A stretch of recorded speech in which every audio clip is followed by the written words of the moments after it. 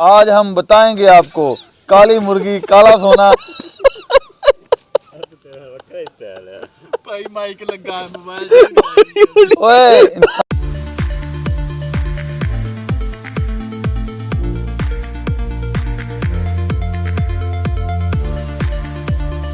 नाज़रीन, आज हम बताएंगे आपको काली मुर्गी काला सोना कैसे साबित होती है। हर काली मुर्गी ऑस्ट्रेलोप नहीं होती। ऑस्ट्रेलोप और आम काली मुर्गी में बुनियादी फ़र्क क्या होता है, और एक फार्मर चंद मुर्गियों से सैकड़ों हज़ारों नहीं बल्कि मंथली लाखों कैसे कमा सकता है, और नया फार्मर चंद ही दिनों बाद डिसहार्ड क्यों होता है। अस्सलाम वालेकुम नाज़रीन, मैं हूँ हाफिज़ इकराम और आप देख रहे हैं साडा सोना देश पंजाब यूट्यूब चैनल।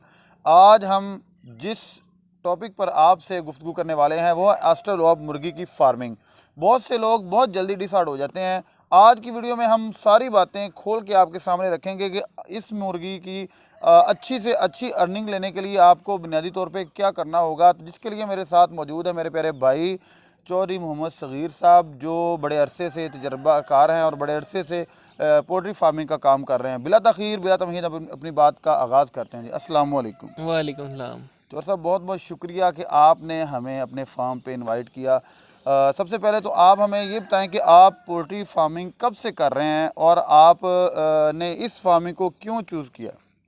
तकरीबन 2012-13 से मैं पोल्ट्री फार्मिंग कर रहा हूँ और फिर मेरे कुछ दोस्तों ने मशवरा दिया है कि मैं इस फार्मिंग को स्टार्ट करूँ। एक आम देसी मुर्गी जो गोल्डन मिस्री है वो भी ब्लैक कलर की और ऑस्ट्रेलोप भी, ये भी ब्लैक कलर, तो इनमें बुनियादी तौर पे क्या फ़र्क होता है, कैसे पहचान आएगी कि ऑस्ट्रेलोप जिसको काली मुर्गी काला सोना कहा जाता है वो और एक आम देसी मुर्गी जो ब्लैक कलर की, इसमें बुनियादी तौर पे फ़र्क क्या है। दोनों में एक तो रंग का फ़र्क है। इसके अंदर जो है सब्ज़ रंग का काला स्याह रंग फील होता है, महसूस होता है कि ये बिल्कुल बहुत ही चमकदार और काला रंग होता है। इसका वज़न बहुत ज़्यादा है, दूसरी मुर्गी से डबल वज़न होता है। दूसरी मुर्गी 1200-1300 ग्राम या 1400 ग्राम पे जाके अंडे देना शुरू कर देती है, और ये मुर्गी का जब ये अंडे देना शुरू करती है 2000 ग्राम से ज़्यादा वज़न हो जाता है इसका, 2 किलो से ऊपर हो जाती है, और ये ज़्यादा से ज़्यादा 2.5 किलो तक चली जाती है। इसी तरह इसके मुर्गे का भी फ़र्क है वज़न का, और वो मुर्गा जो है उसका वज़न तकरीबन 3.5 किलो तक हो जाता है, जो सही ब्रीडर पेयर होता है। तो ये इस तरह इसका ये फ़र्क है। और दूसरे नंबर पे अंडों की जो है देने की सलाहियत वो इसमें ज़्यादा है दूसरी की निस्बत। अगर हम हमारे, क्योंकि माहौल ऐसा नहीं होता है जैसा हम बाहर के मुल्कों में सुनते हैं कि इसने बहुत ज़्यादा अंडे दे दिए हैं। अगर हम नॉर्मल माहौल भी अपने जैसा जैसा हम दूसरी मुर्गियों को दे रहे हैं, तब भी ये दूसरी गोल्डन मिस्री जो मुर्गी है उससे फिर भी कोई 10-15% अंडे ज़्यादा दे सकती है। और सर, दूसरा सवाल ये है कि आप जब इनकी फार्मिंग कर रहे हैं तो आपका इस वक्त अर्निंग प्लान क्या है, इससे पैसे कमाने का क्या एक प्लान है आपके जहन में। इस मुर्गी से हम अंडे लेके तो उसको दो तरह से हम इसकी जो है ना अर्निंग ले सकते हैं। पहला है कि हम अंडे ले लें और उसको उसी वक्त ही बेच दें किसी दूसरे बंदे को, और दूसरा तरीक़ाकार ये है कि हम इसके बच्चे निकलवा लें और वो मार्केट में सेल कर दें, और तीसरा तरीक़ाकार ये है कि हम उन बच्चों को पालते रहें और जब वो ब्रीड के नज़दीक चले जाएँ, ब्रीडिंग करना शुरू कर दें, तब उसको सेल कर सकते हैं। और इनकी तीनों की मार्केट वैल्यू क्या है, एग्स की और 1 डे ओल्ड या 1 मंथ ओल्ड इनके जो बच्चे हैं उनकी, या फिर ब्रीडर की। जो इसके अंडे हैं वो तकरीबन इसकी मार्केट जो नॉर्मल वैल्यू चल रही है वो है तकरीबन 40 रुपये। कुछ इससे ऊपर भी सेल कर रहे हैं, लेकिन हम इसको कंसीडर करेंगे जो एवरेज चल रही है। और दूसरे नंबर पे चूज़ा आ जाता है, वो 100 से लेके 130 रुपये के दरमियान में चल रहा है एक चूज़ा एक दिन का, और बाकी एज के हिसाब से ऊपर नीचे हो जाता है। और ब्रीडर की जो वैल्यू है वो तकरीबन 1700-1800 रुपये से लेके 2500 रुपये के तक का एक एक बर्ड जो है वो सेल होता है। और इसकी अगर हम अंडा प्रोडक्शन की बात करें तो एक मुर्गी सालाना कितने अंडे देने की अहलियत रखती है, और एक दिन में एक मुर्गी जो है वो कितनी खुराक खा जाती है। एक दिन में एक मुर्गी, अगर तो सर्दियां ज़्यादा हो जाती हैं तो तब मुर्गियों की या किसी भी परिंदे या जानवर की जो फीड खाने की, खुराक खाने की सलाहियत वो कुदरती तौर पे बढ़ जाती है। तो ये ज़्यादा से ज़्यादा तकरीबन 115 ग्राम तक फीड एक दिन में खा सकती है। और दूसरे नंबर पे आ जाती है अंडों 15 की ग्राम बात। क्या प्राइस, 115 ग्राम, प्राइस क्या उसकी होगी। 115 ग्राम की प्राइस होगी तकरीबन 7 सवा 7 रुपये। और दूसरी बात आ जाती है अंडों की प्रोडक्शन की, तो ये तकरीबन सालाना कोई 80% अंडे दे सकती है, 80 से 85%। और वो बन जाएंगे कोई 250 अंडे लमसम। इसके ऊपर नीचे हो सकते हैं मौसम और आपकी तवज्जो और ख्याल के हिसाब से। और सर इससे तो ये मालूम होता है कि जैसे गोल्डन मिस्री है, हमने पहले प्रोग्राम किए हैं, फार्मर्स ने जो हमें इंफॉर्मेशन दी उसमें हमने ये साबित किया कि आम मुर्गी जो है वो भी एक दिन का 6 से 6.5 रुपये की फीड खा रही है, और एक ऑस्ट्रेलोप है वो भी 6 से 6.5 या 7 रुपये, जैसे आपने कहा 7, 7.25, ज़्यादा सर्दी में खा रही है। तो इससे फिर इसकी अर्निंग तो उससे बहुत ज़्यादा है। हाँ जी, ऐसे ही, क्योंकि उसका अंडा जो है वो कम पैसों में सेल होता है और बच्चा भी कम पैसों में सेल हो रहा है। इसका अंडा और बच्चे, क्योंकि नई ब्रीड आई है, अभी नया मुतारफ़ हुई है, तो अब ये आहिस्ता आहिस्ता मार्केट जो है इसकी डाउन होना शुरू होगी। लेकिन फ़िलहाल ये 1 साल तक ये इस तरह स्टेबल ही रहेगी। और सर यहाँ मेरा अहम सवाल है, आपके फार्म में हमारे व्यूअर्स जो देख रहे हैं आपकी मुर्गियाँ, ये कितनी तादाद में मुर्गियाँ हैं और कितने मुर्गे हैं इस वक्त इनमें? इस टाइम तकरीबन यहाँ पे कोई 205 से 10 मुर्गियाँ होंगी, और बाकी यहाँ पे मुर्गे हैं कोई 40 से 45 के करीब। और आपने जो अंडा, हमारे व्यूवर्स ने देखा है, वो अंडा आपने जो इससे पहले वाला, जैसे आपने बताया कि हमने हैच करने के लिए वो इनक्यूबेटर्स में रख दिया है, तो ये इनक्यूबेटर्स में एक बहुत से लोग हमें बताते हैं कि देसी तरीके पे भी तैयार होता है, और एक वो है जो जेन्युइन कंपनी का तैयारशुदा है। इन दोनों में क्या मुवाजना है, और अगर देसी तरीके पे तैयार करें तो उसमें कौन सी कमियां रह जाती हैं, और एक जो जेन्युइनली तैयार है उसमें क्या ख़ास चीज़ है?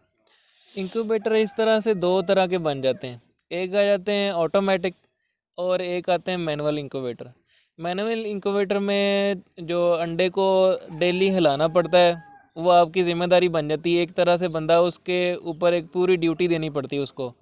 और जो होता है ऑटोमेटिक इंक्यूबेटर, उसके अंदर अंडे खुद ही हिलते हैं। उसकी टर्निंग का टाइम होता है, वो ऊपर उसके जो ऑपरेटिंग सिस्टम लगा होता है, तो वो उसके ऊपर लगा देते हैं, उसको टाइम बता देते हैं कि इतना टेम्परेचर रखना है और इतने टाइम बाद आपने अंडे को हिलाना, तो वो खुद ही मशीन ही हिलाती रहती है, उसका कुछ करना नहीं पड़ता।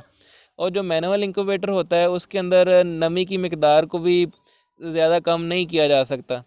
वो एक मखसूस सी बनी रहती है खुद ही, जो कुदरती बनती है उस टेम्परेचर के ऊपर। और जो होता है ऑटोमेटिक, उसके अंदर आप नमी की मिकदार को कम ज़्यादा कर सकते हैं। और वहाँ पे अंडों की जो फर्टिलिटी के हिसाब से जो अंडों बच्चे निकलने की तादाद है, वो ऑटोमेटिक में ज़्यादा होती है और मैनुअल में कम होती है। मसलन कि जो देसी तरीके से तैयारशुदा इनक्यूबेटर है उसमें ज़्यादा चांस हैं आपके अंडे ज़ाया होने के और ख़राब होने के, और जो ऑटोमेटिक है उसमें ये सूरत कदरे कम होती है। हाँ जी, ऐसा ही है। और सर इसको थोड़ा सा वजाहत से हमें बताएं कि बाज़ लोग एक ओवन के खौल में इनक्यूबेटर तैयार करते हैं, उसमें क्या बुनियादी पुर्जे लगे होते हैं जिससे वो मैनेज कर जाता है उनका तैयार किया भी? उसके अंदर एक ही पुर्जा वो लगाते हैं जो टेम्परेचर कंट्रोलर होता है। इसके अलावा वो कोई चीज़ नहीं लगाते हैं। बस टेम्परेचर कंट्रोलर जो है वो हीटर या बल्ब को ऑन ऑफ खुद ही करवाता रहता है। तो बस अंदर जो है हीट पूरी रहती है, जो नमी की मिकदार है उसको नहीं पूरा किया जा सकता उसके अंदर। और वो ऐसे कह सकते हैं कि उसका आपका जो शौक़ है वो पूरा किया जा सकता है, उसको कमर्शियल बेस पे आप नहीं रख सकते ऐसे इंक्यूबेटर को।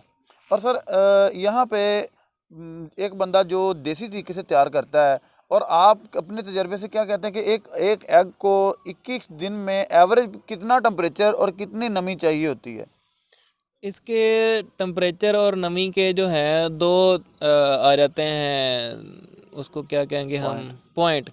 पहला पॉइंट होता है कि मतलब आपने जब टेम्परेचर रख दिया, अंडे को रखा है मशीन के अंदर, तो वो पहले 18 दिन टर्निंग करता रहेगा, और अगले 3 दिन उसकी टर्निंग बंद कर देनी। मतलब वो जो उसका हिलना जुलना वो बंद हो जाएगा। तो उसको हम, अगर बड़ी मशीन है तो वो उसके साथ हैचर का अलग यूनिट होता है, तो वो एक एक डब्बे से दूसरे की तरफ शिफ्ट हो जाता है अंडा। और वहाँ पे जाके नमी की मिकदार जो है वो 80-85 रख देते हैं, 80 से 85%, जो काफ़ी हद तक ज़्यादा होती है दूसरे की निस्बत। दूसरे में रखते हैं 55%, मतलब कि 50 से ऊपर होती है और 60 से नीचे के दरमियान में कहीं भी रख लेते हैं। तो वहाँ पे 18 दिन रहना होता है, और जो 80-85 वाला हिस्सा है उसमें 3 दिन रहना होता है। उसमें बच्चे को नमी की मिकदार ज़्यादा चाहिए होती है, तो वहाँ पे जाके बच्चा बाहर निकल आता है। और कुछ घंटों के बाद बच्चा सूख जाता है और एक्टिव हो जाता है, उसके बाद हम उसको फार्म में शिफ्ट कर सकते हैं। और सर आपके फार्म में जैसे कि आपने कहा कि मेरे पास 200 के राउंड अबाउट मुर्गी है, और अगर एक बंदा उसके पास सेहतमंद और अंडे की प्रोडक्शन उसकी ठीक है, एवरेज ठीक जा रही है, तो इन 200 मुर्गियों से मंथली वो कितनी अर्निंग कर सकता है, जबकि डेली खर्चा तो इनका 7 रुपये है। हाँ जी, इस तरह इसका ना डेली खर्चा जो मुर्गी की खुराक है वो सिर्फ 7 रुपये है, लेकिन उसके साथ आपने ब्रीडर जो मुर्गा है क्रॉस करने के लिए वो भी तो रखे हुए हैं, उन उन मुर्गों का भी ऊपर खर्चा आएगा उसके ऊपर, तो वो तकरीबन ना बन जाएगा कोई 10 रुपये। अगर आप सेट का हिसाब लगाएं तो वो 4 मुर्गियों के साथ एक मुर्गा लगाएं तो उन उसका इस तरह फिर खर्चा ज़्यादा हो जाएगा, क्योंकि वो मुर्गे को तो हमने पहले काउंट नहीं किया है। ये जी जी। 7 रुपये सिर्फ एक एक परिंदे का खर्चा था। इसी तरह वो मुर्गे का भी उसके ऊपर ही आ जाएगा सारा, तो वो तकरीबन कोई 9 से 9.5 रुपये बन जाएंगे। अगर हम इसकी एवरेज लगा लें कि जो 3300 बच्चे हमारे पास आए हैं, उनको हम ज़्यादा नहीं, मतलब हम 120 नहीं कहते बाकी लोगों की तरह, हम कहते हैं कि 100 रुपये का हम बेच देते हैं, वो तकरीबन कोई 3,33,000 रुपये बन जाएंगे। और उसमें से अगर हम अब बाकी सारे एक्सपेंस निकाल दें, फार्म का खर्चा, मुलाजम का खर्चा और मुर्गियों को फीड, दवाइयाँ और सारा कुछ जितना भी जो अखराजात उसके ऊपर आ जाते हैं मंथली की, तो वो तकरीबन हम 1,20,000 उसमें से निकाल देते हैं। और हम और भी एक्स्ट्रा निकाल देते हैं, ऊपर वाले 10,000 और भी निकाल देते हैं, तो फिर भी हमें 2 लाख रुपए महीना के बच सकते हैं इससे। और विवज ये 200 मुर्गियों की अंडा प्रोडक्शन का भी हमने एवरेज लगाई है कि 80% हो, और इससे ज़्यादा भी हो सकता है, कम भी हो सकता है, और अगर आप और भी कम कर लें तो ये 2 लाख या 1,80,000 से 90 ये मस्ट है, क्योंकि इसमें बहुत ज़्यादा क्राइसिस आते हैं, कुछ मौसम के लिहाज से और कुछ अदरवाइज़। सर इसमें हमें ये बताएं कि बहुत से नए फार्मर जो हैं वो डिसऑर्ड हो जाते हैं बहुत जल्दी, सख्त सर्दी में इसको आने वाली परेशानियां क्या हैं जिससे ये बर्ड डैमेज होता है? दरअसल हमारे, क्योंकि जब सर्दी पड़ती है तो बहुत ज़्यादा सर्दी पड़ना शुरू हो जाती है, पंजाब का मौसम कुछ इस तरह सा है, और जब गर्मी पड़ती तो बहुत ज़्यादा गर्मी हो जाती है। तो हम ये नहीं समझते कि अगर जैसे हमें सर्दी लग रही तो हम परिंदों की उस तरह केयर नहीं कर पाते, या हमें गर्मी लगती तो हम तो पंखे के नीचे बैठ जाते हैं, हम परिंदों को वैसे ही छोड़ देते हैं कि यार ये ऐसे ही बस फिरते रहेंगे, खुद ही अंडा देना शुरू कर देंगे। तो अगर हम इनकी भी प्रॉपर केयर करें, और जो एक अच्छा टेम्परेचर है वो होता है 30 सेंटीग्रेड, अगर हम उस टेम्परेचर का ख्याल रखें, उस उतने टेम्परेचर पे रखें, तो हमें किसी किस्म की कोई परेशानी नहीं आएगी। सर्दियों में होता है ऐसे कि हम टेम्परेचर पूरा नहीं कर पाते और फ़र्श गीला होना शुरू हो जाता है, इस तरह नमी ज़्यादा बढ़ जाती है अंदर और मुर्गियां बीमार होना शुरू हो जाती हैं। फिर हम कहते हैं कि हमारी प्रोडक्शन नहीं आ रही, आया कि जितना दुनिया में बताया जा रहा है कि इतनी ज़्यादा प्रोडक्शन आ रही है, हम उस तरह की केयर करेंगे तो उसकी उतनी ज़्यादा प्रोडक्शन आएगी, अगर हम केयर नहीं करेंगे तो प्रोडक्शन नहीं आ सकती। सर आप इसकी प्रोडक्शन अंडे की ठीक करने के लिए और इसको आइंदा ख़तरात से बचाने के लिए वैक्सीन की शेड्यूल क्या है, और कैसे आप इसको वैक्सीन करते हैं, और कौन सी वैक्सीन करते हैं?